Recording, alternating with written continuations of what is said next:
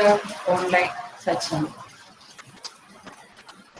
हमारा द्वितीय अध्याय में प्रवेश हो गया है। श्वेताश्व करके हम मंत्रोच्चार प्रथम करेंगे। आप लोग सभी घर में बुक ग्रंथ खोलकर मेरे साथ चैंटिंग जरूर करिएगा। नॉट इन ऑडियो बट घर में म्यूट रखकर। युञ्जानः प्रथमं मनः तत्त्वाय सविता धियः अग्निर्ज्योतिर्निचाय पृथिव्या अध्या भरत युक्तेन मनसा वयं देवस्य सवितुं सवे सुवर्याय सत्या युक्त्वाय मनसा देवान् सुवर्यतो धियादिवं बृहद्योतिः करिष्यतः सविता प्रसुवातिताम्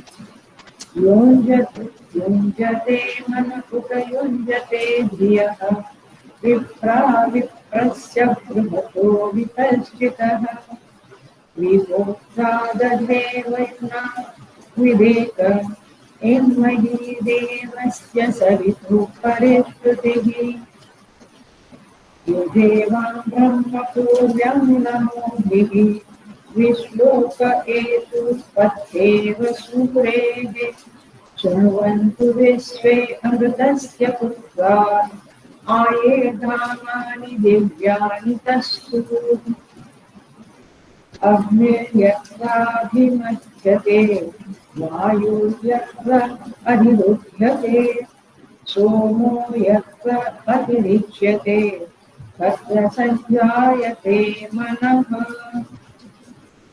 आज का मंत्र सवित्रा प्रसवेन युषेत ब्रह्मपूर्व्यम् तत्र योनिर्गुणवसे नहि ते पूर्वमक्षिपत।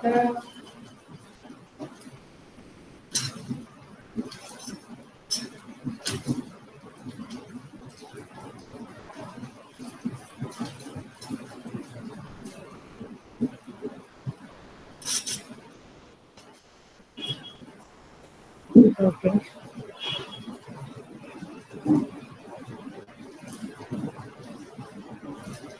So, सातवां मंत्र द्वितीय अध्याय श्वेताश्वतर उपनिषद। सवित्रा प्रसवेन युषेत। पहला वाक्य क्या है? सवित्रा प्रसवेन युषेत। सवित्रा माने संपूर्ण जगत को उत्पन्न करने वाले। सवित्रा माने संपूर्ण जगत को उत्पन्न करने वाले। प्रसवेन, प्रसवेन माने प्राप्त हुई प्रेरणा से, प्राप्त हुई प्रेरणा से। युषेत, युषेत का अर्थ होता है आराधना करें।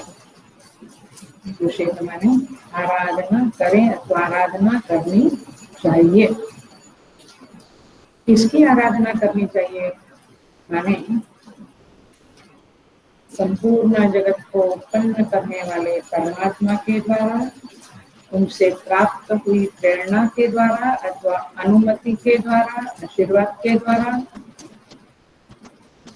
आराधना करनी चाहिए। परमेश्वर की आराधना करनी चाहिए। कौन परमेश्वर? ब्रह्म पूर्व्यम। ब्रह्म पूर्व्यम, पूर्व्यम माने जो आदि कारण है। पूर्व्यम माने जो आदि कारण है, उस ब्रह्म की आराधना करनी चाहिए। क्योंकि पिछले मंत्रों में कहा गया कि परमात्मा की आज्ञा लेनी चाहिए, आशीर्वाद लेना चाहिए, उन्हें प्रार्थना करनी चाहिए बिफोर यू स्टार्ट पूजा, प्रार्थना, ध्यान, जप, योगा। तो इसलिए कहते हैं कि एक शब्द ऐड किया, पूर्व्यम ब्रह्म। उस आदि कारण ब्रह्म की आराधना करनी चाहिए।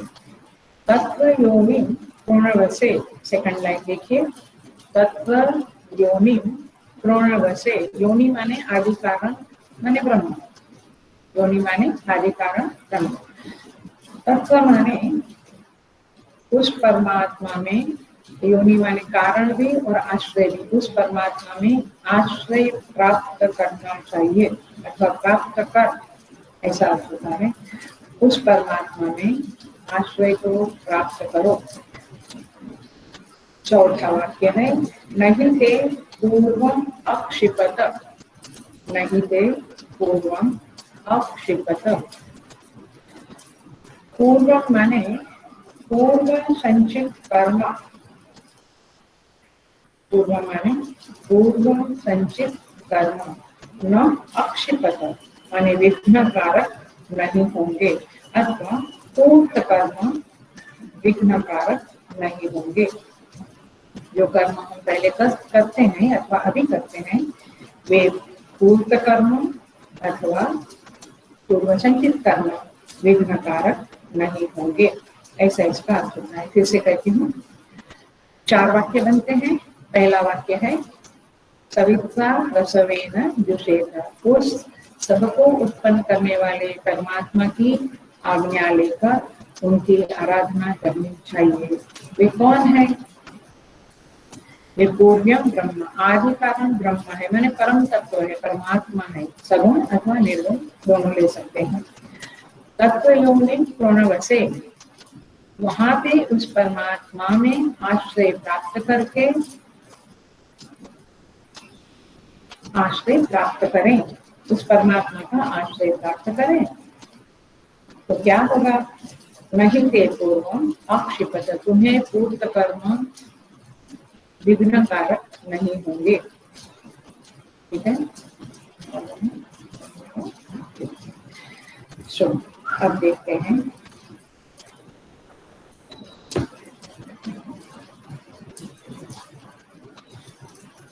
अब सबसे पहले हम देखेंगे जो प्रश्न दिया था,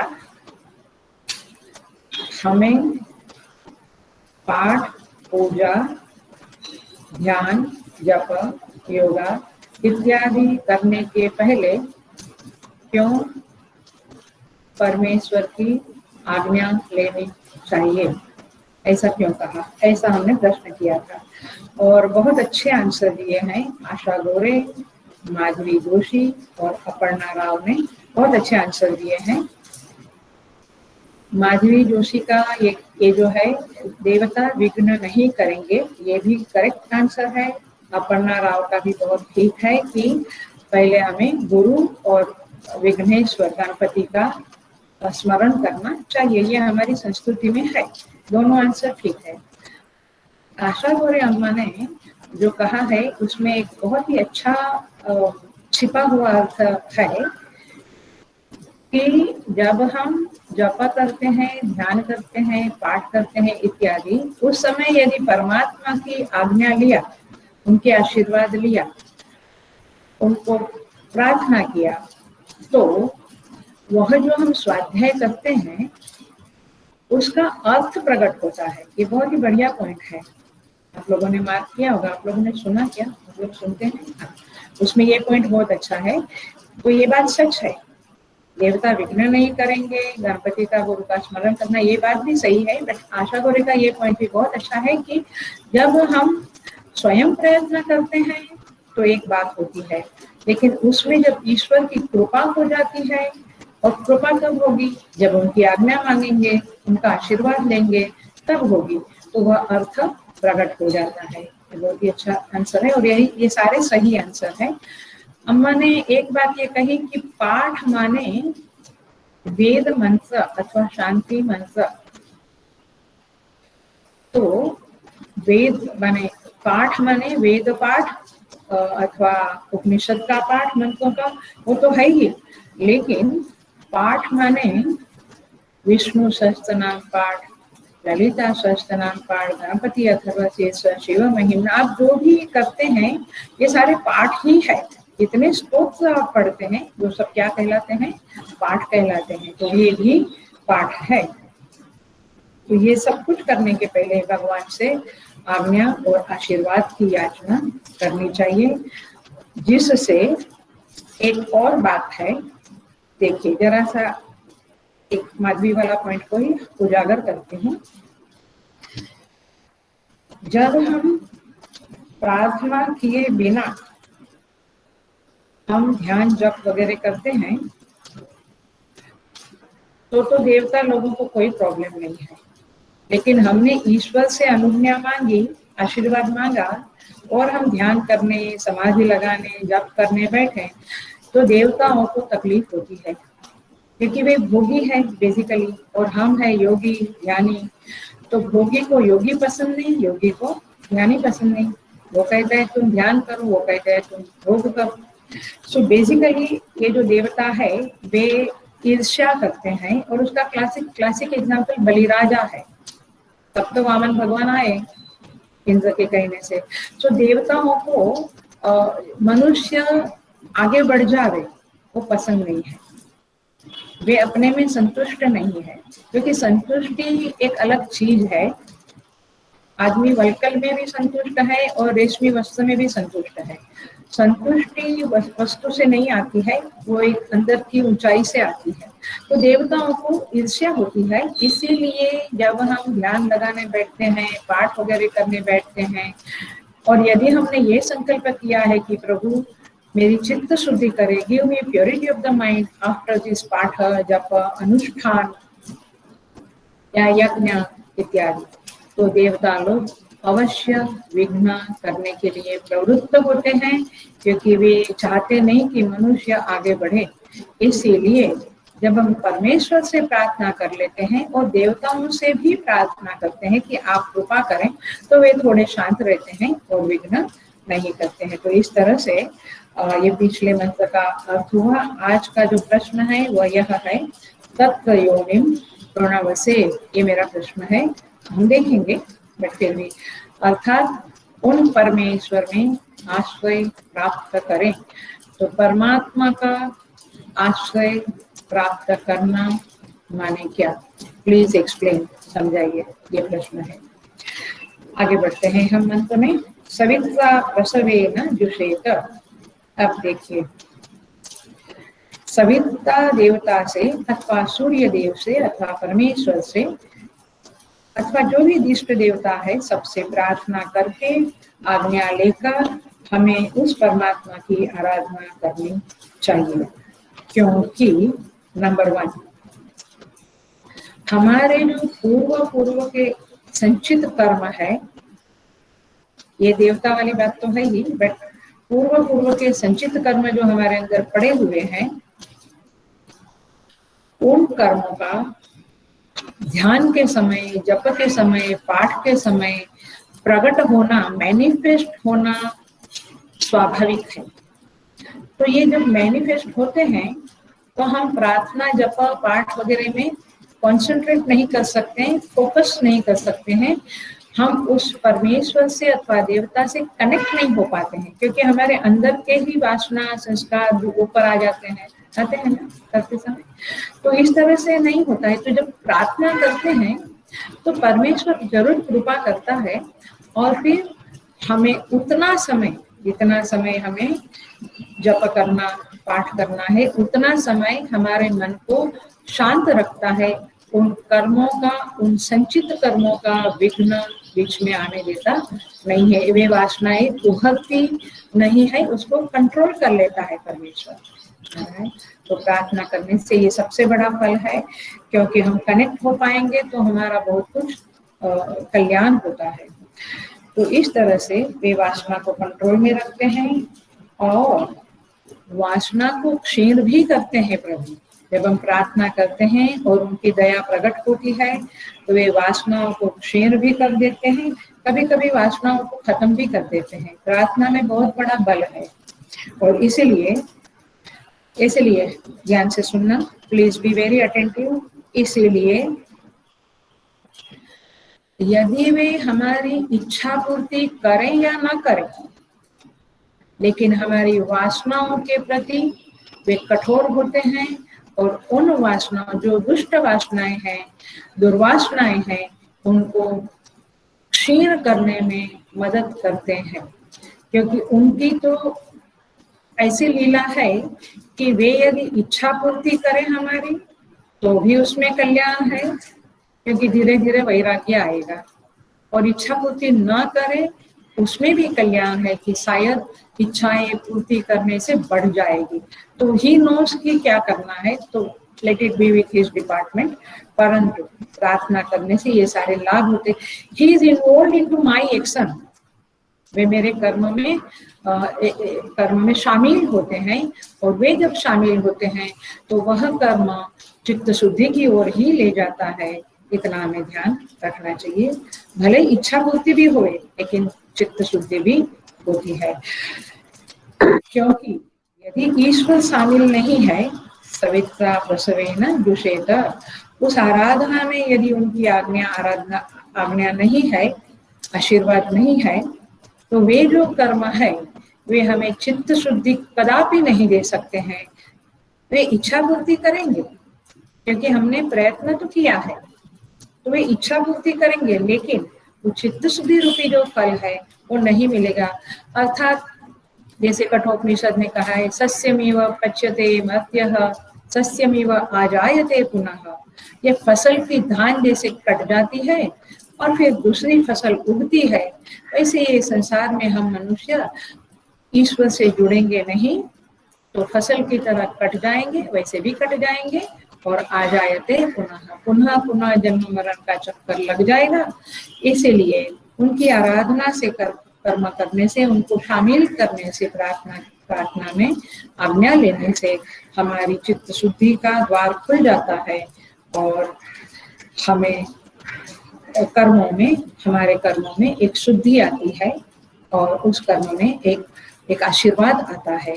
तो इस तरह से परमात्मा का आराधना करते समय, चाहे पाठ हो, जप हो, अनुष्ठान हो, यज्ञ हो, पूजा हो, जो भी ध्यान हो, योग हो, पहले उनका स्मरण करना चाहिए, उनसे आज्ञा और आशीर्वाद लेना चाहिए। क्योंकि आखिर में देखो, उनकी ही शक्ति से हम काम करते हैं। क्रिया शक्ति, इच्छा शक्ति, ज्ञान शक्ति किसकी दी हुई है? उनकी ही दी हुई है। इसलिए उनकी आराधना करनी चाहिए, उनकी अनुज्ञा लेनी चाहिए और उनके आशीर्वाद लेने चाहिए। आगे बढ़ते हैं हम। अब कहते हैं किसकी आराधना करनी चाहिए? परमेश्वर की आराधना करनी चाहिए। लेकिन ये परमेश्वर है कौन? तो बहुत सुंदर यहाँ पे कहा है, और ये टुकड़ा यदि हमारे चित्त में बैठ जाए, इस ब्रह्म पूर्व्यम ये हमारे अंदर स्पष्ट हो जावे और चित्त में प्रकाशित हो जावे, तो प्रार्थना करते समय यदि यहाँ दृष्टि चली गई तो वो प्रार्थना नक्की अवश्य पूर्ति होगी, सुनी जाएगी अवश्य, और उसका फल मिलेगा ही मिलेगा। देखिए क्या है पूर्व्यम। ब्रह्म का अर्थ है पूर्व्यम माने पहले। पहले माने जब ये सृष्टि नहीं थी, संसार जगत नहीं था, उसके पहले वे परमात्मा अवश्य थे। इसको कहते हैं पूर्व। तो सृष्टि के पूर्व में जो थे उन्हें परमेश्वर कहते हैं, उन्हें ब्रह्म कहते हैं, उन्हें जो भी कहो, मैंने ये सारे नाम है। उपनिषद में आता है एकमेव अद्वितीयम, वे एक ही है। पहले बहुत लोग नहीं थे, एक ही थे। एकमेव अद्वितीयम ब्रह्म, एक ही थे। ऐतरेय में आता है उपनिषद में, आत्मा व इदमेक एव अग्रे आसीत। ये आत्मा माने ब्रह्म, इदम एव अग्रे आसीत। इदम माने ये सृष्टि के पहले एक अकेले थे, वैसे है, आगे भी रहेंगे। सो वे ही एक थे। नान्यत किंचन विसत, और कुछ भी नहीं था। उस ब्रह्म को यदि हम प्रार्थना करते समय अनुसंधान करें, कनेक्ट हुए उस ब्रह्म से, ऑफकोर्स आपके विग्रह से आप कनेक्ट हो, आपकी घर की पूजा से कनेक्ट हो, या कहीं माने जगन्नाथ भगवान, विश्वनाथ भगवान या महाकालेश्वर, आप जहाँ भी कनेक्ट हो, वृंदावन के कृष्ण जी के साथ, वो है ही। लेकिन चित्त में यदि ये आवे कि इस सृष्टि के पूर्व में जो तत्व था उस ब्रह्म के साथ में कनेक्ट हो रहा हूँ, बहुत बढ़िया है। तो इसीलिए यहाँ पे लिखा ब्रह्म पूर्व्यम, अर्थात कैसे, जरा सा उसको हम वेदांत की तरह से समझेंगे। वैसे तो आज का क्लास पूरा उपासना आराधना के संदर्भ में ही है, लेकिन फिर भी हम समझते हैं, वेदांत की तरह से समझते हैं। तो कैसे कैसे समझना है? जैसे ये मेरे हाथ में ये ग्लास है, राइट? ये ग्लास है, उसको कौन देखता है? मेरी आंख देखती है, देखती है। तो ग्लास मौजूद है, ये कैसे पता चला? आंख के कारण पता चला। आंख नहीं तो ग्लास की मौजूदगी का कोई मतलब ही नहीं है। तो आंख है, आंख मौजूद है। अब ये आंख ने ग्लास को देखा, उसके पहले क्या मौजूद था? What was existing? तो माइंड, मन नहीं है। मन नहीं तो आंख देखते हुए भी नहीं देखती है। जैसे आपका माइंड गया घर में, तो सुनते हुए भी आप नहीं सुनते, ठीक है? वैसे देखते हुए भी नहीं देखते। मतलब ये हुआ, आंख के पहले मन मौजूद था, मन के पहले बुद्धि, बुद्धि के पहले वो आत्म तत्व, परम तत्व, परमात्मा, माने अंतिम जो है सबका प्रकाशक, वह है ब्रह्मा अथवा आत्मा। और उसी के कारण सब कुछ मौजूद है, सब कुछ अस्तित्व में है, एग्जिस्टेंस है। ये हमें समझना पड़ेगा, तब जाकर आपका ध्यान उस ब्रह्म के साथ लगेगा। You will be able to connect with this understanding कि सबका प्रकाशक एक है। प्रकाशक माने सबको जानने वाला। जब उस ब्रह्म के कारण ही मन को जाना जाता है, बुद्धि को जाना जाता है, और मन के कारण आंख के कारण संसार के पदार्थ को। इसलिए हमारा जो मंत्र है, जब हम सन्यासी लोग या आगमन करते हैं, महात्मा लोग, तो हम मंत्र गाते हैं, चैंट करते हैं, न तत्र सूर्यो भाति न चंद्र तारकम नेमा विद्युतो भान्ति कुतोऽयमग्निः तमेव भान्तमनुभाति सर्वं तस्य भासा सर्वमिदं विभाति। तस्य भासा सर्वमिदं विभाति, उसके प्रकाश से सब कुछ प्रकाशित हो रहा है। माने वे ज्ञान स्वरूप हमारे अंदर है, तब हमें जगत का ज्ञान भान होता है। उसको कहते हैं ब्रह्म पूर्व्यम। Are you getting? तो ध्यान करते समय, जप करते समय भगवान का याद किया, तो एक कृष्ण की मूर्ति देख ली, मन में चित्त में उभार ली, अथवा आपको ओमकार पसंद है तो ओमकार का उच्चारण कर किया, जो भी है। लेकिन यदि ये समझ है कि सबसे पहले जो था उनसे मैं अनुज्ञा मांग रहा हूँ, उस परम तत्व से, तो ज्यादा अच्छा रहेगा। माने ये वेदांतिक टाइप ऑफ आज्ञा है अथवा अनुसंधान है। सो आगे बढ़ते हैं। ब्रह्म पूर्व्यम सविता प्रसवेना जुषेत। ब्रह्म पूर्व्यम, सविता की आज्ञा लेकर, परमेश्वर की आज्ञा लेकर उस आदि कारण, पूर्व्यम माने आदि कारण ब्रह्म का आराधन करें। ऐसा यहाँ पे श्रुति माता श्वेता श्वेतर की द्वितीय अध्याय की 7वीं श्रुति हमें आदेश करती है। आगे बढ़ते हैं। तत्व योनिम प्रणवसे। तत्व माने उस परमात्मा में, योनिम माने आश्रय, प्रणवसे, प्रणवसे माने प्राप्त करें, अर्थात अथवा उस ब्रह्म में निष्ठा करें। प्रणवसे माने निष्ठा भी है, डेडिकेशन करें, आश्रय लेवें, भरोसा करें। क्योंकि ये रूटीन में नहीं करना है। Whenever I pray to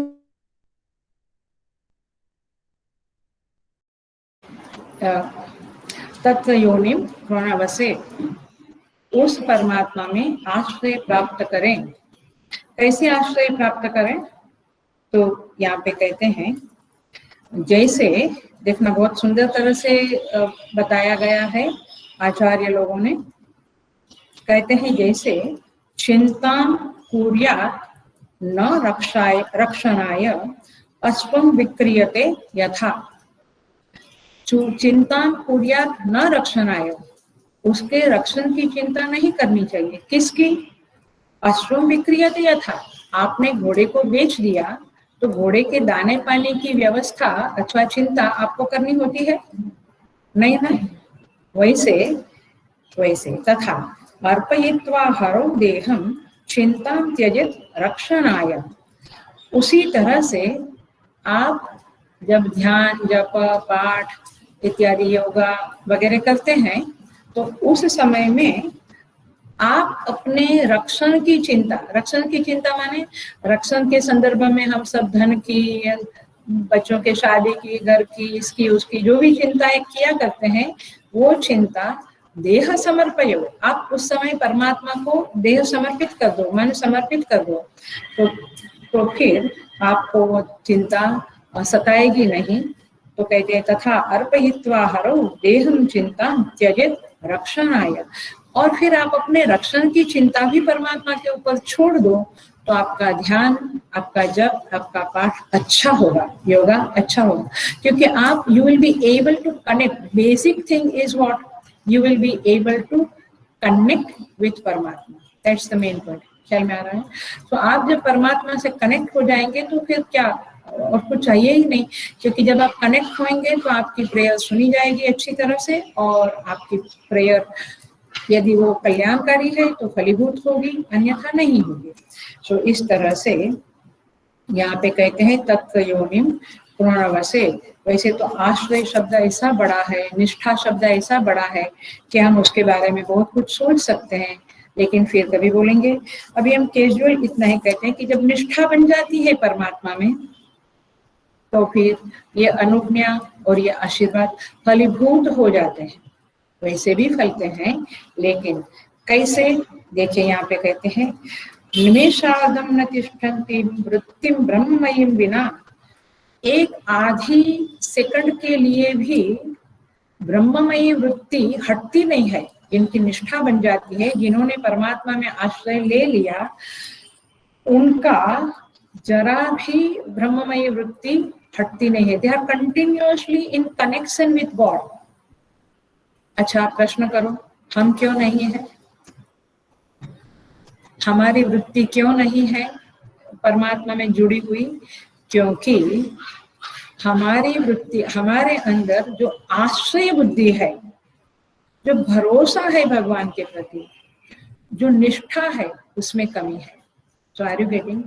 इसीलिए हम जब अनुज्ञा मांगते हैं, आशीर्वाद की याचना करते हैं, इसका मतलब है कि हे प्रभु, मैं तुम्हारे आश्रय में हूँ। I am at your feet, I am surrendering my self at your feet. ये बोलना और अंदर से होना, ये अलग अलग बातें हैं। तो यहाँ पे कहते हैं, श्रुति माता आदेश करती है, आप उस परमात्मा में आश्रय प्राप्त करो, उनमें निष्ठा प्राप्त करो, तो आपका उनके साथ कनेक्शन है वो हमेशा बना रहेगा। तो इस तरह से यहाँ पे ये बात करके आगे का टुकड़ा है, जहाँ कहते हैं नहीं ते पूर्तम अक्षिपत, इससे तुम्हारे पूर्व संचित कर्म अथवा तो पूर्त कर्म अक्षिपत, बाधा नहीं करेंगे। मैंने अभी कहा, यदि आपने भरोसा रख दिया है तो आपके जो कर्म है वो आपको बाधा रूप नहीं बनेंगे, अर्थात आपको जन्म मरण के बंधन में पड़ना नहीं पड़ेगा। आप जो कर्म करते हैं उसका फल क्या है? जन्म मरण। उस कर्म का फल भोगने के लिए पुनः देह प्राप्त करना पड़ता है, और फिर कर्म करते हैं, फिर उसका फल प्राप्त करने को देह, चाहे वो कौन सा भी देह हो, गधे का, कुत्ते का, घोड़े का, बिल्ली का, हाथी का, सब देह धारण करना पड़ता है अकॉर्डिंग टू आवर कर्म। तो यहाँ पे कहते हैं कि फिर तुम्हें कर्म का फल भोग के लिए पुनः देह प्राप्त करना नहीं पड़ेगा। अब देखते हैं कैसे यहाँ पे कहते हैं।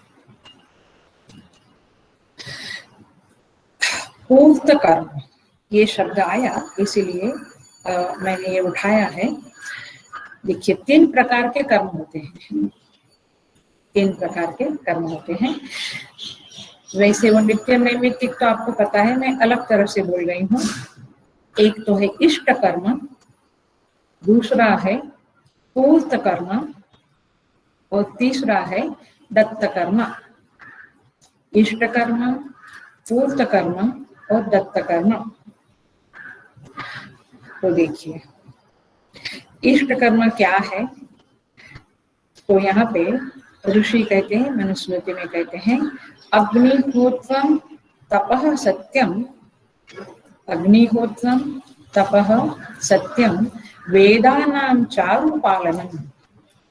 माने अग्निहोत्र, तप, सत्य, वेदों का स्वाध्याय।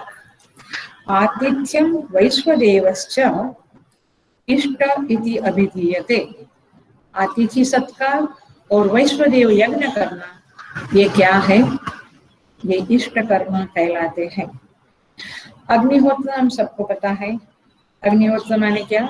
जहाँ पे हम देवताओं को हवि देते हैं। और रोज घर में अग्निहोत्र, कई लोगों के घर में अग्निहोत्र होता है, क्योंकि देवता हविर्भुज है। हविर्भुज माने हवि को ग्रहण करने वाले, खाने वाले है, इसलिए उनका नाम हविर्भुज भी है। तो ये 33 देवता जो है, कौन 33 देवता है? 11 रुद्र, याद है? बहुत बार बोले हैं। 12 आदित्य, 8 वसु, 1 इंद्र, 1 प्रजापति, हुए 33। तो ये 33 देवता है, वे हविर्भुज है। जब आप अग्निहोत्र करेंगे, वे देवताओं को हवि मिलेगी, तो उसके बाद वे प्रसन्न होंगे। और फिर गीता जी में कहा है, देवान भावयतानेन ते देवा भावयन्तु वः परस्परं भावयन्तः श्रेयः परमवाप्स्यथ। जब आप उनको अभी हवि देंगे तो वे आपको संपत्ति, शुभ संतति, यश, कीर्ति सब कुछ देंगे। और आपको प्योरिटी ऑफ द माइंड चाहिए तो वो भी देंगे।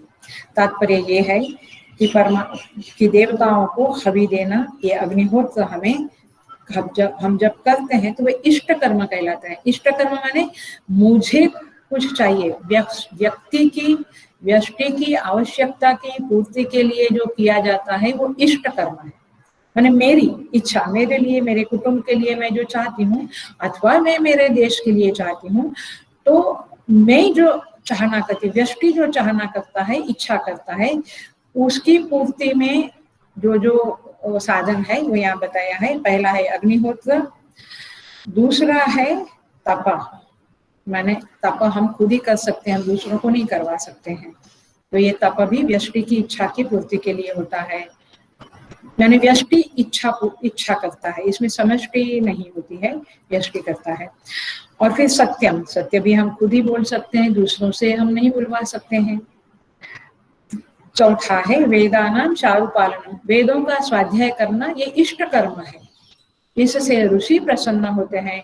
ऋषि प्रसन्न होंगे तो हमें और हमारी 7 पीढ़ी को बुद्धि प्रदान करेंगे, सद्बुद्धि प्रदान करेंगे, क्योंकि स्वाध्याय करने से ऋषि लोगों के आशीर्वाद से सद्बुद्धि प्राप्त होती है। तो ये सारे हैं इष्ट कर्म। इष्ट माने करना ही चाहिए। इष्ट, ये व्यक्ति को करना चाहिए, अथवा व्यक्ति ये कर्म की इच्छा करके, ये कर्म करके अपनी इच्छा पूर्ति कर सकता है, आवश्यकताओं की पूर्ति कर सकता है। ये सारे कर्म, ये अग्निहोत्र, तप, सत्य। माने तप करने से भी हमारी इच्छा पूर्ति होती है, सत्य बोलने से भी वो ताकत आती है कि इच्छा पूर्ति हो। Very getting. इच्छा पूर्ति क्यों नहीं होती है? क्योंकि न देवता को प्रसन्न करते हैं, न पाठ करते, न पूजा करते, न अग्निहोत्र करते, तप नहीं आचरण करते हैं, सत्य का पालन नहीं करते, वेदों का स्वाध्याय नहीं करते, तो फिर सब बाधाएं आती है। आतिथ्यम, अतिथि देवो भव, हमारे यहाँ पे कहा है। तो अतिथि सत्कार भी एक प्रकार का तप है, एक प्रकार का इष्ट कर्म है जो हमें करना चाहिए। वैश्वदेव, तो इस तरह से ये सारे कर्म इष्ट कर्म कहलाते हैं। और इष्ट कर्म से देवता, ऋषि सब प्रसन्न होते हैं और फिर हमारी इच्छाओं की पूर्ति होती है। आगे बढ़ते हैं। आगे कहते हैं पूर्त कर्म। अभी देखो यहाँ पे जो लिखा है पूर्त कर्म, ये इसको मैं बताती हूँ। अभी आचार्यों ने जैसे बताया है वैसे।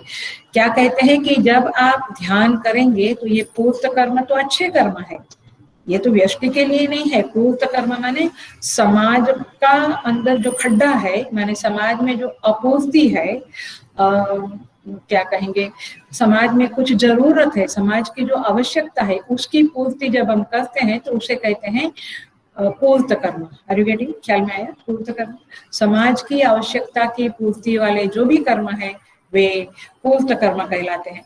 तो हमें लगता है कि इष्ट कर्म तो मेरी इच्छा पूर्ति के लिए है, तो शायद बाधा डालेंगे जप तप ध्यान योगा में, पूर्त कर्म भी डालेंगे। हाँ, यदि आपने ईश्वर से आज्ञा नहीं ली, आशीर्वाद नहीं लिया, तो समष्टि कल्याण के कर्म जो हम करते हैं वे भी बाधा रूप बन सकते हैं, ऐसा यहाँ पे कहते हैं। तो देखें हम कि पूर्त कर्म क्या है। तो यहाँ पे कहते हैं वापी कूप तड़ागानी देवता आयतनानी च, वापी कूप तड़ागानी देवता आयतानानि च अन्न प्रदानम आरामम पूर्तम इति अभिधीयते। देखो क्या क्या कर्म कहते हैं। वापी माने वाव, कुआं, तालाब, सरोवर, ये सब बनवाना ये क्या है? पूर्त कर्म है। और हॉस्पिटल बनवाना, स्कूल बनवाना, ये सारा पूर्त कर्म है। अन्न प्रदानम, अन्न क्षेत्र खोलना, आराम माने गार्डन बनाना, बगीचे बनाना, ये सारा कुछ पूर्त कर्म है। हम कहते हैं ये सरकार का काम है, हम भी कर सकते हैं।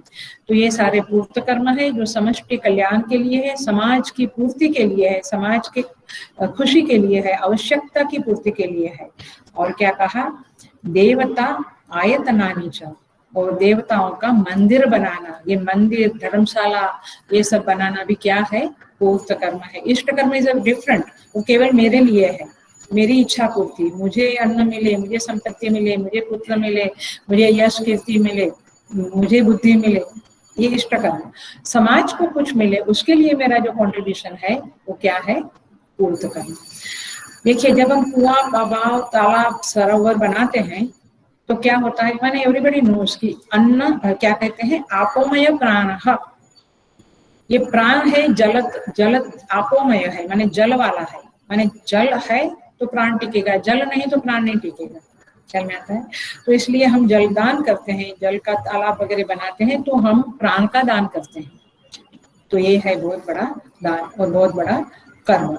तो आपोमय प्राण, तो जल के दान से प्राण का दान माना जाता है और ये लोक कल्याण के लिए होता है।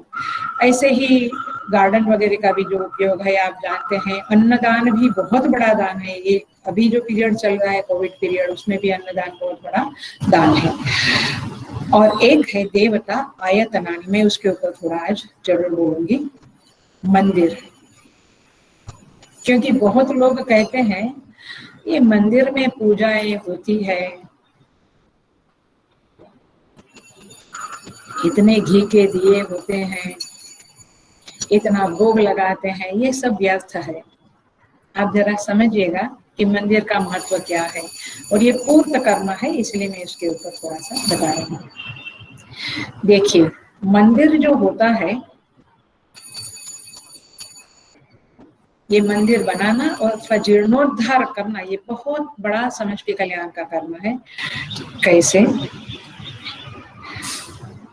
मंदिर में माता पिता अथवा दादा दादी बच्चों को ले जाते हैं, और जब ले जाते वीक में एक बार या रोज रोज जैसे भी, तो क्या होता है? बच्चों में भगवान की भावना पुष्ट होती है। क्योंकि क्या क्या कहते हैं? चलो देव दर्शन को चलो, ऐसे बोलते थे हम लोग, देव दर्शनाला चलो। तो देव दर्शन माने क्या? क्या इधर सर्वत्र देव है वो हमें पता है, लेकिन वहां पे उसका विग्रह है, वहां पे उनकी अनुभूति ज्यादा प्रमाण में होती है। तो देवता आयतनम, तो बच्चों को भगवान की भावना कराते हैं और वहां पे नमस्कार करके उस देवता के प्रति, उस परमात्मा के प्रति कृतज्ञता की भावना भी करवाते हैं माता पिता की। देखो नमस्कार करो, भगवान ने हमें सब कुछ दिया है, ये भावना भी होती है। और मंदिर में क्या होता है? धर्म की भावना का हमारे अंदर उदय होता है और पुष्टि होती है। कैसे? जैसे हम भगवान को देखते हैं, उनको याद करते हैं, तो कुछ भी गलत काम है, झूठ बोलना, हिंसा करना, चोरी करना माने कुछ भी गलत काम है, उस गलत काम को करने से हम रुक जाते हैं, अथवा हम बच्चों में वो संस्कार डालते हैं तो वे रुक जाते हैं। तात्पर्य यह है कि सामान्य धर्म की रक्षा, ये सामान्य धर्म है, सच बोलना वगैरह, ये सामान्य धर्म की रक्षा ईश्वर में भावना करने से होती है कि ईश्वर कौन है, तो जगत का माता पिता है, वो सब कुछ देखता है, वो हमेशा हमको देखता है। तो हम जब ये इस सत्य से जब हमारे अंदर अवेयरनेस बढ़ती है इस सत्य की, और ये सत्य है कि परमात्मा हमें देखता है, तो जब परमात्मा मुझे देख रहा है ऐसा बच्चों को लगता है, तो फिर हम झूठ नहीं बोलेंगे, हम असत्य, हम हिंसा नहीं करेंगे, हम चोरी नहीं करेंगे, हम गलत काम नहीं करेंगे, अधर्म पाप नहीं करेंगे। तो इसीलिए ये मन की वृत्ति जो है ये ईश्वर के साथ जुड़ती है। मंदिर में जाते हैं, बैठते हैं, पाठ पूजा करते हैं, देखते हैं, तब ईश्वर के साथ कनेक्शन होने की सुविधा बढ़ जाती है। घर में इतना सुविधा नहीं रहता है, लेकिन वहां पे बढ़ जाती है। और फिर हम जो गलत कर्म करने के लिए प्रवृत्त होते हैं उसमें बाधा आ जाती है, माने भगवान उसे हमें करने नहीं देते हैं, क्योंकि उनकी शक्ति हमारे ऊपर काम करना शुरू करती है। और दूसरी बात है कि हमें हर क्षण परमात्मा की समीपता, उनका सानिध्य का अनुभव होता है जब हम मंदिर में बैठते हैं। तो एम आई राइट? घर में भी पूजा घर है, देवघर है, पर घर में ड्राइंग रूम में गए तो गए काम से, तो इतना याद नहीं रहता, लेकिन मंदिर में अखंड कंटिन्यूअस परमात्मा की सन्निधि का भान रहता है। और इसीलिए मंदिर में जाना चाहिए, मंदिर में बच्चों को भी ले जाना चाहिए, संस्कार देना चाहिए। कोई बड़ी बात नहीं है, फ्राइडे वाले लोग जाते ही हैं, संडे वाले हमेशा जाते हैं बच्चों को लेके, है ना। क्रिश्चियनिटी, इस्लाम धर्म सब में जाते हैं। हमारा ही है कि मंदिर सब बेकार की बातें हैं, मंदिर में क्या है, सब वेस्ट है, पुजारी लोग ऐसे हैं, मंदिर में गंदगी है, क्या क्या पता नहीं सोचना चाहिए, इतना नेगेटिव नहीं सोचना चाहिए। मंदिर में, तीर्थ स्थानों में जाना चाहिए, क्योंकि वहां घनीभूत, मैं ये शब्द बहुत सोच समझ के बोल रही हूँ, घनीभूत रूप में परमात्मा विराजमान होता है। घनीभूत माने उनकी शक्ति वहां पे बहुत ज्यादा महसूस होती है, अथवा कहो कि उनकी हस्ती, उनका अस्तित्व उन स्थानों में बहुत ज्यादा प्रकट रहता है, मैनिफेस्टेड रहता है। तो इसलिए तीर्थ स्थानों में भी अवश्य जाना चाहिए, मंदिरों में भी अवश्य जाना चाहिए, क्योंकि मंदिरों में ही परमात्मा की सन्निधि का अनुभव मिलता है, और परमात्मा की स्मृति भी हमारे चित्त में बनी रहती है पूरा दिन में। सब हमारे यहाँ पे नियम था ही कि सुबह उठ के नहा धो के पहले मंदिर में दर्शन करके आते थे लोग। मुझे अभी भी याद है कि हमारा घर की गैलरी में से मैं देखती थी तो पैर में चप्पल नहीं, और सब दुकान वाले लोग, माने लोग, वो जैन लोग जो होते थे वो अपना वस्त्र, वो टिपिकल वस्त्र पहन के, धोती वाला वगैरह, और जैन मंदिर हमारे थोड़े से दूर ही था हमारे घर से, तो जाते थे। तो वो एक प्रथा थी, वो एक कल्चर था हमारा, अभी बहुत कम हो गया है, फिर भी जहाँ है वहाँ है। सो मंदिर अवश्य बनाना चाहिए, ये पूर्त कर्म है, और पूर्त कर्म भी, इतना अच्छा कर्म भी बंधनकारक हो सकता है। कब? जब हम भगवान की आज्ञा, आशीर्वाद न लेकर सीधा काम करते हैं। और एक थोड़ा सा डिटेल बताती हूँ मंदिर के बारे में। देखिए, जैसा बिंब होता है, हमारी जो मंदिरों में जो विग्रह है, मूर्ति है, उसका भी थोड़ा सा, उसके ऊपर भी थोड़ा सा प्रकाश डालना चाहूंगी, क्योंकि बहुत ही हम खास करके वेदांत में आने के बाद तो बहुत ज्यादा कुछ विचित्रतया हम मंदिरों के बारे में सोचते हैं कई लोग। देखिए, मंदिर में जो मूर्ति होती है उसके पीछे नियम क्या है? जैसा बिंब वैसा प्रतिबिंब, ये नियम है। बिंब जैसा वैसा, यथा बिंब तथा प्रतिबिंब। अब ब्रह्मा जी जो है उनकी मूर्ति चतुर्मुख है, राइट। देखिए, सृष्टि का कर्ता मानते हैं हम उनको।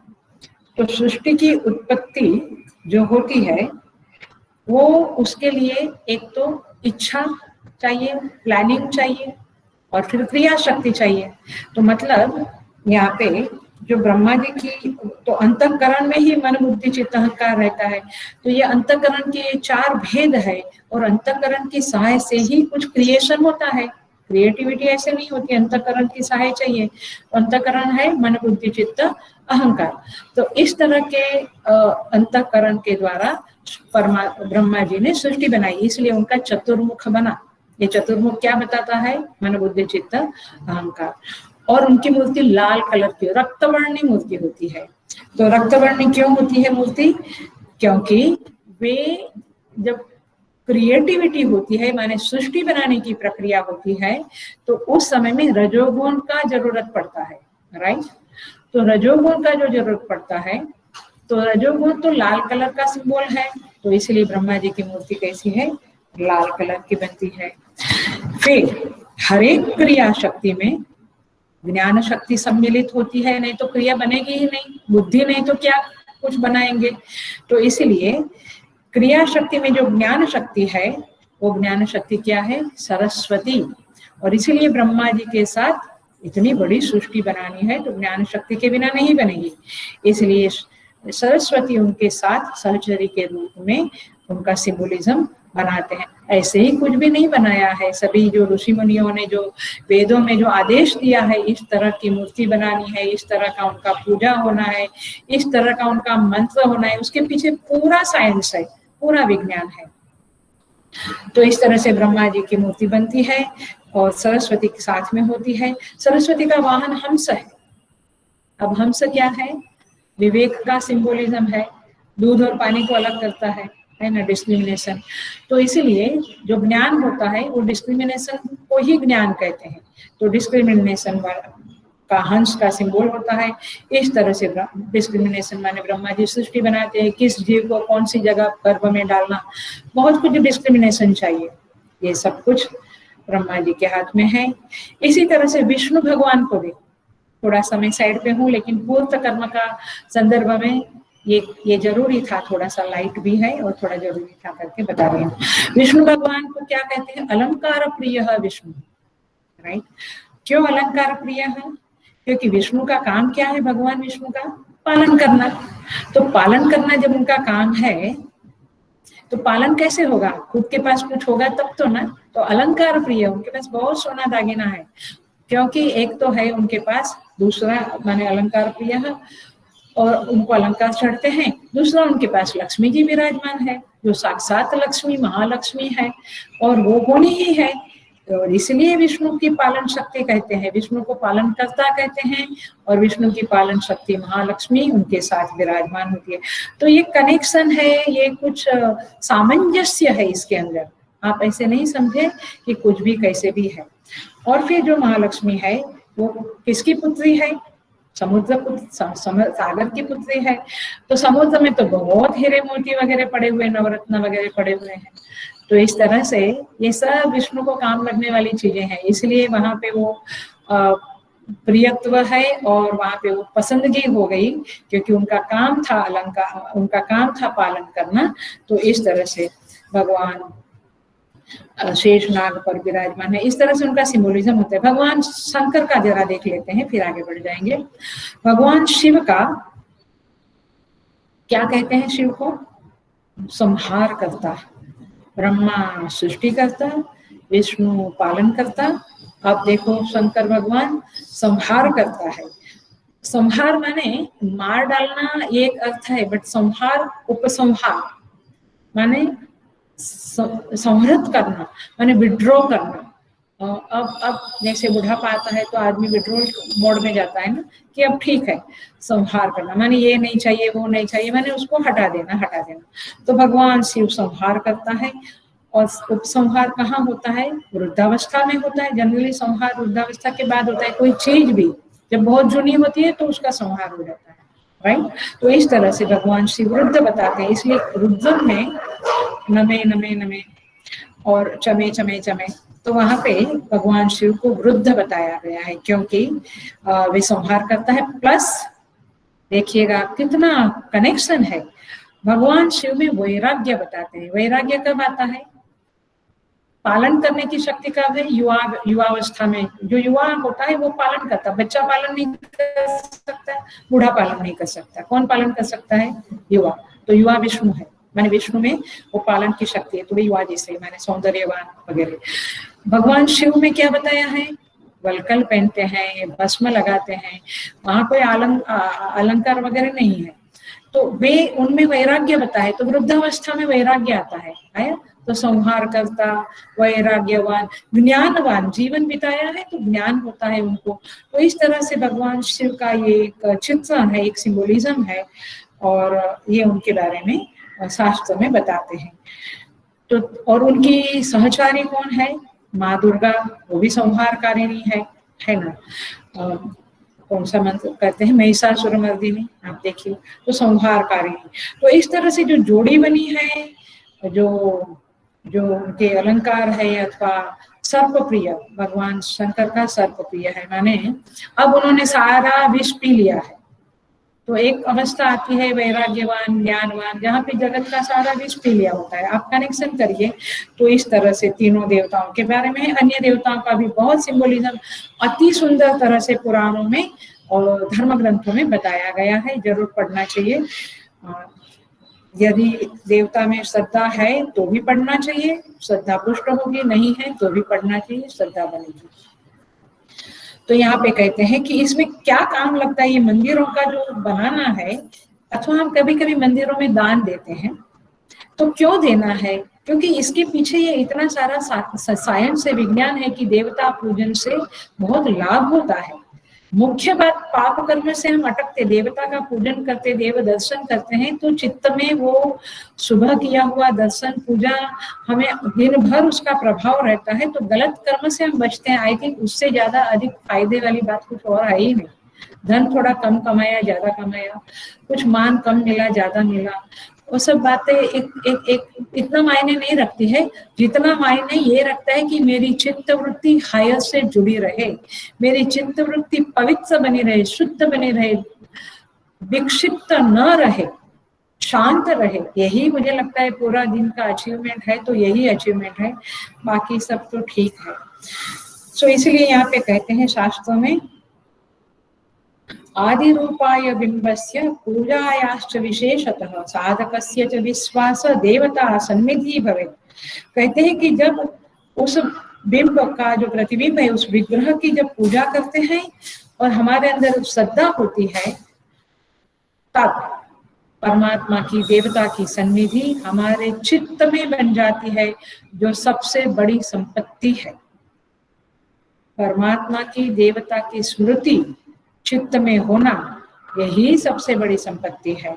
तो इस तरह से यहाँ पे मंदिरों को, देवता आयतनानि च, मंदिरों को बनवाना, मंदिर में मूर्ति जो खरीदते हैं उसका दान करें, मंदिर में तेल, घी, अगरबत्ती, धूप, दीप जो उपयोग होता है उसका दान करें, अथवा जीर्णोद्धार करें मंदिरों का। ये सारे कर्म क्या है? पूर्त कर्म है। समष्टि अथवा समाज की आवश्यकता की पूर्ति का यह कर्म पूर्त कर्म कहलाता है। आया, पक्का हो गया पूर्त कर्म। अब हम आते हैं, तीसरा कर्म है दत्त कर्म। जरा जान ले कि ये सारे कर्म हमारे साथ वेदों में बताए हैं और हमें अवश्य करने चाहिए।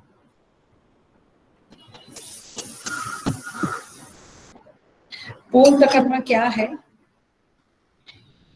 देखिए, जैसे कपड़ा होता है, उसको जिस रंग के पानी में डाला वैसा हो जाता है, वैसे ये मन जो है वो जिसमें डाला वैसा होता है। तो देवता की सन्निधि में डाला तो देवता जैसा सात्विक हो जाता है। इसलिए पूर्त कर्म, देव दर्शन वगैरह करना चाहिए। पहले के समय में अलग बात है कि पंचदेव को मानते थे, सूर्य माने शंकर, पार्वती, गणपति, सूर्य और विष्णु, ये पंचदेव माने जाते थे पहले। अभी काफी देवताओं का माने पूजन होता है कलयुग में, वो भी ठीक ही है क्योंकि वो पुराण में बताया हुआ है। और वेदों में तो अन्नम ब्रह्म उपासित कहा है, माने अन्न को भी ब्रह्म के रूप में, परमात्मा के रूप में माना है। माने आप देखिए कि मन को शुद्ध करने का, सात्विक करने के कितने उपाय हमारे हिंदू शास्त्रों में बताए हुए हैं। और आप ऐसा ना समझे कि अन्न तो अन्न है, उसमें क्या ब्रह्म मानना। आखिर मान्यता से तो चित्त बनता है ना, भावना से तो चित्त में शुद्धि होती है अथवा मलिनता आती है। आप क्या व्हाट्सएप मैसेज क्या डालते हैं, be positive, don't be negative, माने क्या? ये पॉजिटिव मन को पवित्र रखने का, शुद्ध रखने का ही सारा उपाय है। इसलिए ये सब कर्म करने चाहिए। आगे बढ़ते हैं दत्त कर्म। देखिए उसका जो क्या श्लोक है, क्या कहते हैं मनुस्मृति में, शरणागत संतानां भूतानां च अपि अहिंसनं, भूतानां च अपि अहिंसनं बहिर्वेद्य यद्दानं दत्तम तदिति उच्यते। माने शरणागत जो आया है उसका रक्षण करना, में हमारी शरण में जो आया है उसका रक्षण करना, अर्थात कि उसको अभयदान देना, ये एक दत्त कर्म कहलाता है। दत्त माने देना, दत्त माने देना नहीं, पूर्त माने भी देना है, बट पूर्त की एक अलग समझ है, इष्ट की एक अलग समझ है। दत्त माने अभयदान, उसको कहेंगे। अभयदान माने क्या? कोई आया, मुझे ये संकट पड़ा है, ओके ओके डोंट वरी, हो जाएगा, और उसको मदद करना, उसके उस कष्ट को निवारण के लिए मदद करना। किसी को रक्षा की आवश्यकता है, उसको रक्षा करना। तो इस तरह से भय से छुड़ाना, ये है शरणागत संतानां, यह है दत्त कर्म। दूसरा है भूतानां च अपि अहिंसनम, किसी भी प्राणी की हिंसा न करना, उसको ही आप समझ लो हर्ट ना करना। हम आजकल कहते हैं ना हर्ट ना करना, उसको तकलीफ ना होवे, इस तरह से हमारा व्यवहार होना, ये दत्त कर्म कहलाता है। इष्ट कर्म, पूर्त कर्म, दत्त कर्म। तो अभयदान देना, हिंसा न करना, ये दत्त कर्म है। और तीसरा कर्म बताया है बहिर्वेद्य यद्दान, दान करना। अब देखिए ये शब्द बड़ा मजेदार है, जरा सा बोल के पूरा करती हूँ इसका। दान माने क्या एग्जैक्टली? ये बात मैं आपसे रिक्वेस्ट करूंगी कि ध्यान से सुने और ध्यान से समझे और इस समझ को पक्की बनाएं, क्योंकि बहुत गलतफहमियां हमारे समाज में है, हमारे भक्तों में भी होती है। तो इसलिए ये अभी जो मैं बताऊंगी वो ध्यान से समझना, सुनना। दान किसको कहते हैं? तो दान के 3 प्रकार बताए गए हैं। दान के 3 प्रकार बताए हैं, पूजा, दक्षिणा और दान। ये तीनों दान में आता है, पूजा, दक्षिणा और दान। ये वेदोक्त प्रकार का दान है। अब देखो पूजा माने क्या? माने वेद विहित। पूजा माने क्या? ईश्वर बुद्धि से कुछ भी हम भेंट करें, पूजा करें, वो दान है एक प्रकार का, वो दत्त कर्म है। ईश्वर बुद्धि, माता पिता में ईश्वर बुद्धि रखना चाहिए। हाँ, मातृदेवो भव पितृदेवो भव। माता पिता की जो हम सेवा करते हैं अथवा उन्हें कुछ, उनकी जो पूजा करते हैं, उनको मान देते हैं, उनका रिस्पेक्ट करते हैं, उनके प्रति कृतज्ञता अर्पण करते, नमस्कार करते रोज हम उनको, ये सब क्या है? उनकी पूजा है। राजा, ये भी ईश्वर बुद्धि से पूजा जाता है। और गुरु, तो माता पिता, राजा और गुरु, इनके प्रति जो कृतज्ञता भाव है, इनको जो नमन है, चाहे मन में चाहे बाहर से, उनके प्रति जो सेवा है, माने उनको हम जो कुछ भी देते हैं, करते हैं सेवा, वो क्या है? वो है पूजा। उसको पूजा कहते हैं, वो दत्त कर्म में आता है, मैंने एक प्रकार का देना ही है। पर ऐसा हम नहीं कहेंगे कि माता पिता को दान दिया, ऐसा कहते हैं कभी? नहीं कहते हैं। तो दान, तो माता पिता की क्या की हमने? पूजा की, सेवा की, ऐसा ही बोलते हैं। गुरु, तो गुरु को भी दान दिया ऐसा नहीं, पूजा किया मंदिर में, ये हमारा पूजा। तो एक पूजा शब्द है। दूसरा शब्द है दक्षिणा। जरा समझना दान और दक्षिणा फर्क। दक्षिणा शब्द कहाँ उपयोग होता है? तो ईश्वर बुद्धि से जो दिया जाए वो पूजा है, दान का ही एक प्रकार है। और वेद विहित कर्मों के, वेद विहित कर्म जो करते हैं उसके बदले में जब हम कुछ देते हैं ब्राह्मणों को, पंडितों को, आचार्यों को, उसे दक्षिणा कहते हैं। ख्याल में आता है? उसे दान नहीं कहेंगे, उसे दान नहीं कहेंगे, उसे क्या, उसे पूजा भी नहीं कहेंगे, क्योंकि हमने क्या करवाया है, वेद विहित कर्म करवाया है। माता पिता तो हमको बड़ा किया, राजा हमारा रक्षण करता, गुरु हमें ज्ञान देता, तो वो एक अलग हो गया। उनको उनको दान नहीं कहेंगे, उनको भेंट कहेंगे अथवा पूजा कहेंगे।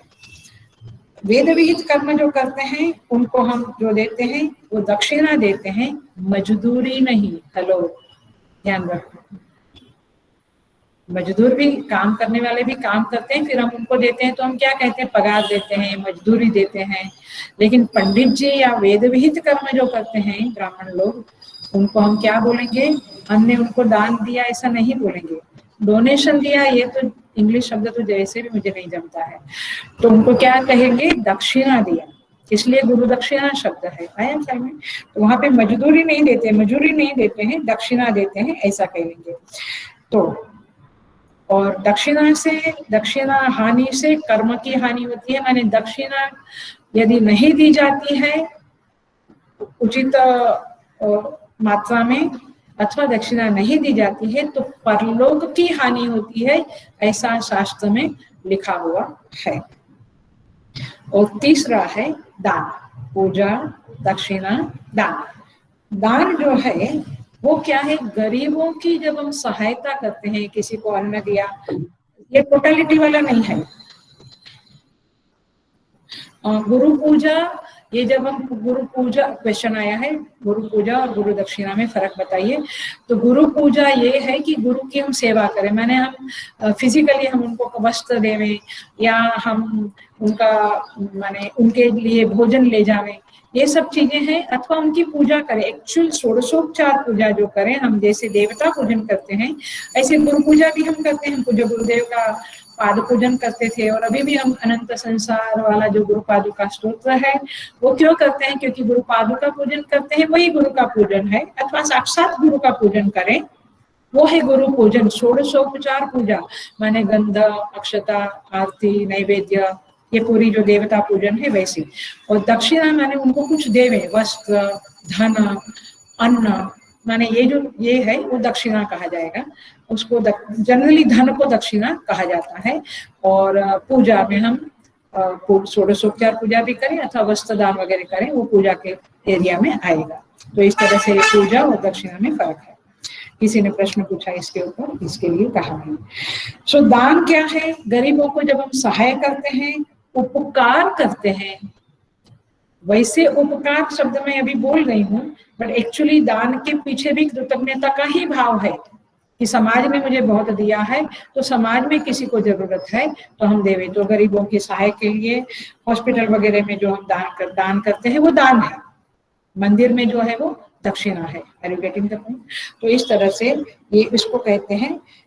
तो वेद माने जो यज्ञ वेदी है, जो मंदिर है वेदी है, हवन की वेदी, इसके वेद विहित के बाहर का जो है वो दान कहा जाएगा। और वेद विहित कर्मों का के प्रतिरूप में हम जो प्रतिदान में जो देते हैं उसको दक्षिणा कहा जाएगा। ख्याल में आ गया फर्क दक्षिणा और दान का? सो इस तरह से दत्त कर्म है, उसमें 3 प्रकार है, पूजा, दक्षिणा और दान। तो ये तीनों को दत्त कर्म कहते हैं। और तो इस तरह से इष्ट कर्म है, जिससे मुझे कुछ मिले, मेरा ऐश्वर्य बढ़े, कीर्ति बढ़े, इत्यादि इत्यादि, और मुझे संतति होवे, मेरा फैमिली अच्छा रहे, कुटुंब में सब स्वस्थ रहे, इत्यादि इत्यादि इष्ट कर्म है जो हम करते रहते थे। मेरी बहन, मेरे माता पिता, मेरा थोड़ा।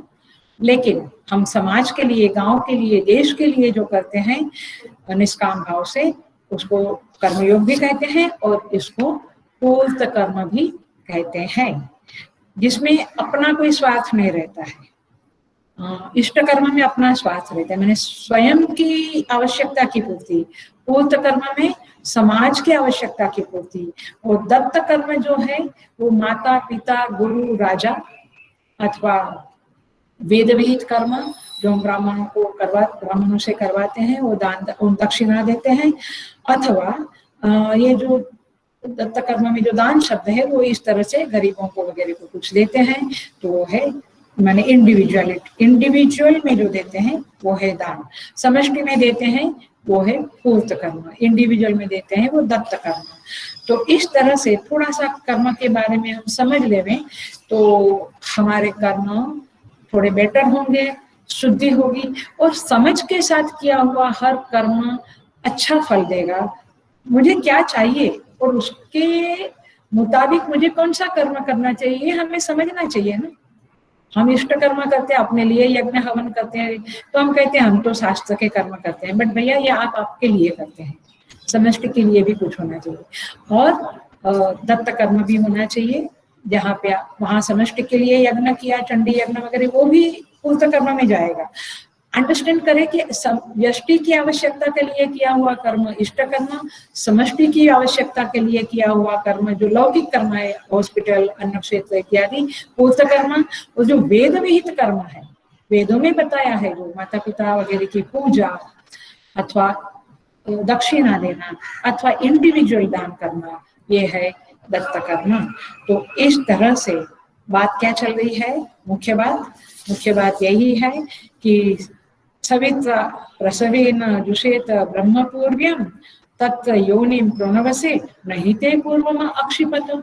यदि आप उस परमात्मा की आज्ञा से, आशीर्वाद से, प्रार्थना करके कर्म करते हो, ध्यान, जो सत्कर्म की बात चल रही है ना, दुष्कर्म की नहीं, सत्कर्म करते हो माने योगा, ध्यान, प्राणायाम, आसन अथवा पूजा, जप, अनुष्ठान इत्यादि करते हो, तो उसमें परमात्मा का आश्रय प्राप्त करो। पहले प्रार्थना करो, आशीर्वाद की याचना करो, आज्ञा लो, और फिर उनके अंदर भरोसा रखो। That's the main point. हम करते हैं और अंदर अंदर चिंता करते हैं कि होगा कि नहीं होगा। एक बार जो प्रार्थना करते हैं, कहीं ना ये कॉन्ट्रडिक्शन हमारे अंदर, एक बार जो प्रार्थना करते हैं और एक बार जो भरोसा न करके चिंता करते, डोंट डू लाइक दैट। ये हमें नहीं करना चाहिए। सब पूरा भरोसा करो। श्रुति माता कहती है आप आज्ञा लेते हो, आशीर्वाद लेते हो, वो जरूर देंगे, आप भरोसा करो। जितना भरोसा बढ़ेगा उतना आपका कल्याण होगा। और भरोसा करके करेंगे तो ये पूर्त कर्म जो है, ये समष्टि कल्याण के लिए किया हुआ कर्म भी वैसे बांधता है, बंधन में डालता है, जन्म मरण के चक्कर में अवश्य डालता है। अच्छा जन्म मिलेगा, लेकिन जन्म मरण का चक्कर में तो जाना पड़ेगा। लेकिन ये सब करने से, भरोसा करने से, आशीर्वाद लेने से, आज्ञा लेने से, फिर ये पूर्त कर्म, समष्टि कर्म आपको बाधा नहीं देगा। एकदम सिंपल लेवल पे करना है तो ये है कि जब आप ध्यान में बैठते हैं तो जो समष्टि कर्म है वो आपके चित्त में बार बार आकर बाधा नहीं डालेगा। इष्ट कर्म डालता है क्योंकि वहां मेरा स्वार्थ है, बट पूर्त कर्म नहीं डालेगा। अथवा लार्जर सेंस में देखें तो आपको ये पूर्त कर्म बंधन कारक नहीं होगा। दोनों सेंस में मैं बोल रही हूँ, आप इस बात को जरूर पकड़िएगा, थोड़ा सा क्लैरिटी से समझिएगा। तो इस तरह से इस मंत्र का अर्थ बहुत क्लियर होता है कि ये कर्म आपको बाधा नहीं डालेगा, either while during in the seat of meditation और in the cycle of birth and death। तो इस तरह से यह मंत्र पूरा होता है। हम भगवान से प्रार्थना करें कि यही हमारे संस्कार बने, यही समझ के साथ हम अपने कर्मों को करें। ओम पूर्णमदः पूर्णमिदं पूर्णात् पूर्णमुदच्यते पूर्णस्य पूर्णमादाय पूर्णमेवावशिष्यते। ओम शांति शांति शांति। हरि ओम। श्री गुरुभ्यो नमः। हरि ओम।